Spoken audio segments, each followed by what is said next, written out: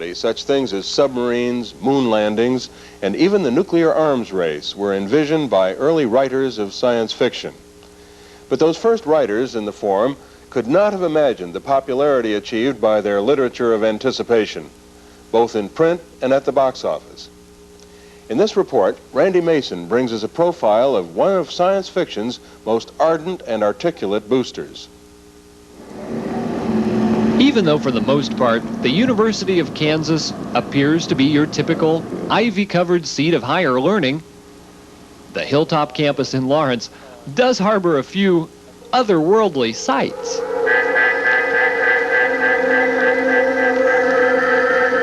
So maybe it's appropriate that the home of the Jayhawks also offers a haven for those who'd like to explore some of those other worlds, if only indirectly.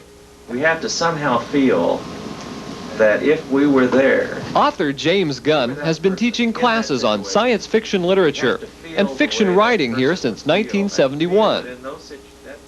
The Hugo Award-winning professor of English took his passion for the subject one step further in 1981, organizing the Center for the Study of Science Fiction.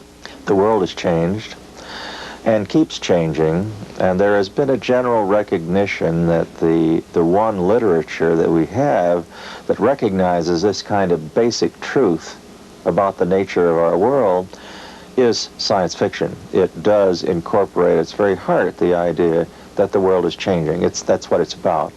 Professor Gunn came to KU as a student with hopes of becoming a scientist. A semester or two convinced him otherwise, so he used those initial interests as a solid background for science fiction writing. He can speak as a true insider these days, having published his first work some 37 years ago, when the genre was still very much in its adolescence. In 1948, it was still considered to be pretty much like the rest of the pulp field. Like the westerns or the detective stories or love stories or maybe just a notch above true confessions. Though to be sure, I always kind of envy the true confessions because they always paid better than the other pulp magazines. They paid, I think at that time, 4 or 5 cents a word, and many of the science fiction magazines, as somebody said once, you got half a cent a word payable upon lawsuit. These days, the financial rewards have improved somewhat, as have the tools for writing. Gunn now has 18 books to his credit. He's edited 6 others, had 4 stories dramatized on network radio, and made it to television twice, most notably with a made-for-TV movie based on his novel, The Immortals, that became a weekly series for ABC in 1970.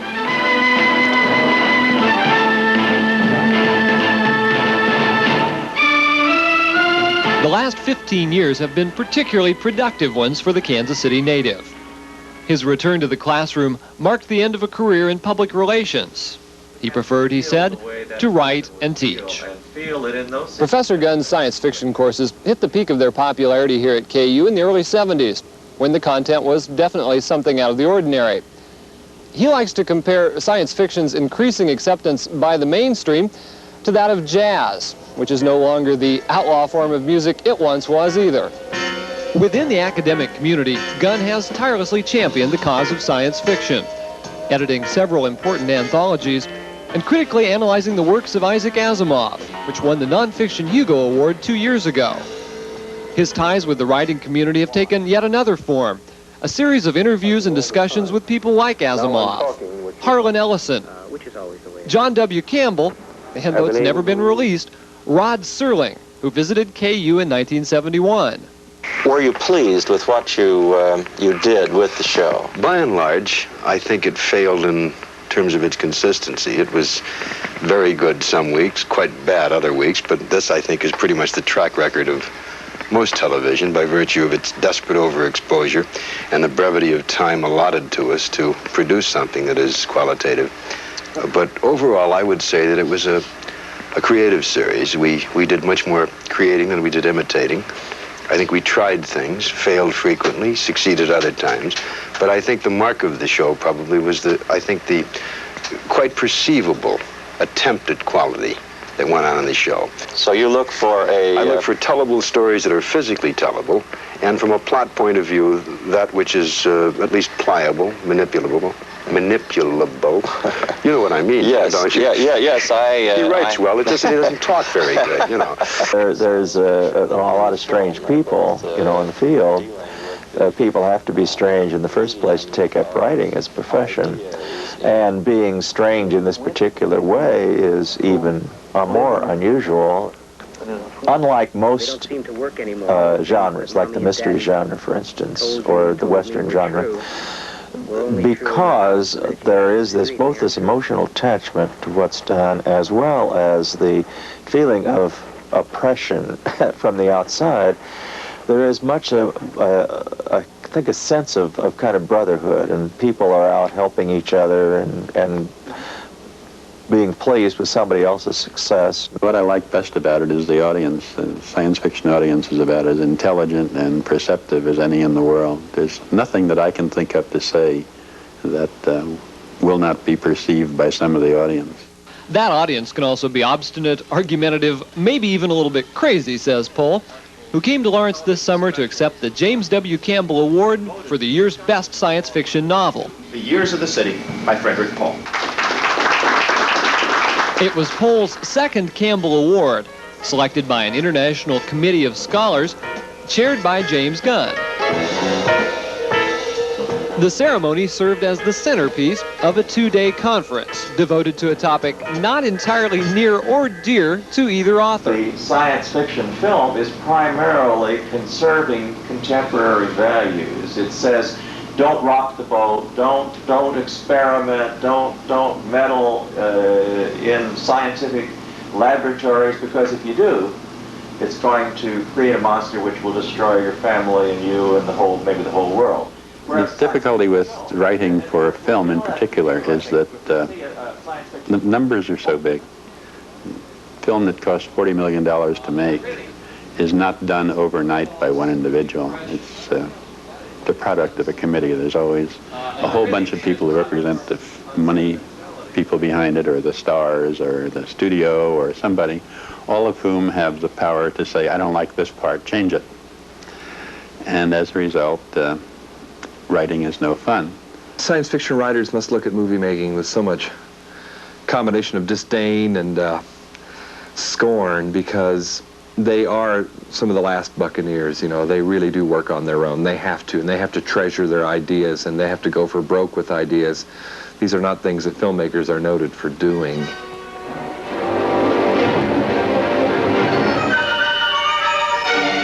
One thing filmmakers are noted for is chasing the big bucks.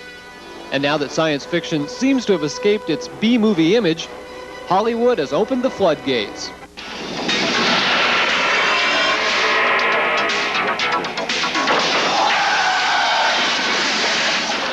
I've kind of been gorged with product and commentary about science fiction pictures and fantasy pictures. And of course, the big rub here is that very few of them really are fantasy pictures or science fiction pictures.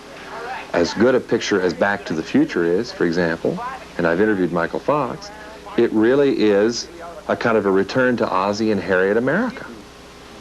It's just got the zoot suit clothing on it of the science fiction picture or the fantasy picture. So what movies emerged from the conference with good reviews? Not surprisingly, Stanley Kubrick's epic 2001 topped most people's list. Also high on the thumbs-up side were films such as Close Encounters of the Third Kind and Blade Runner. Looking further back, both Pohl and Gunn agreed that one of the all-time classics, because of the way it explored ideas and looked to the future, was this 1936 adaptation of Things to Come. Angry. Some are already going out of the city towards the space gun. Nothing is wanted now but leading. We must go right on with this. To the space gun. And so we end an age. I think one of the key things that needs to happen to make a good science fiction movie is that there has to be somebody who has influence over the production, who is knowledgeable about science fiction. That's what happened, for instance, with Things to Come. H.G. Wells was closely associated with it. In 2001, Arthur Clarke was able to talk to Stanley Kubrick and able to, in some sense, convince him, if he needed to be convinced, what good science fiction was. Not all the talk among the experts was negative. Brooks Landon of the University of Iowa spoke favorably of small-budget films like Brother from Another Planet and Battle Beyond the Stars, and even expressed optimism about some of the big names in the directing world. Now you have the Lucases and the Spielbergs and the Hoopers and the Dantes who all know the genre, have grown up with it. John Carpenter is a wonderful example of that.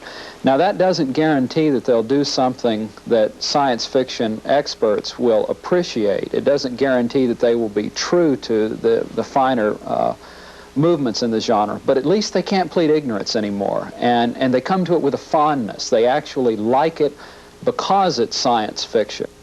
The attendance at this year's conference was down somewhat from previous years. Although one attendee came all the way from Canada, most were aspiring writers from this area. People like Jeremy Miller of Topeka, who feel they've benefited from Gunn's teaching. The fact that he has a clear theory in his own mind about what effective, successful fiction is, has forced me to look at my own rather chaotic thoughts about it and to tighten it up a little more. Of his own substantial body of work, Professor Gunn says he feels each book was as good as he could do at the time, written not so much to make money as to pursue an idea. Whether he's meeting somewhere around the world with science fiction's inner circle or passing along tricks of the trade to students at quiet Midwestern campuses, James Gunn's enthusiasm for his chosen field shows no signs of faltering. Science fiction, I think, really is a literature for people for whom the future cannot arrive fast enough. That is, they want to be there when the first manned expedition arrives at Mars, and they're afraid they might not be, so they'll read about it now. As Alvin Toffler mentioned, science fiction is a good prophylactic against future shock. That is, if you read it, you get used to the idea that things are going to change. Science fiction foreshadowed science fact.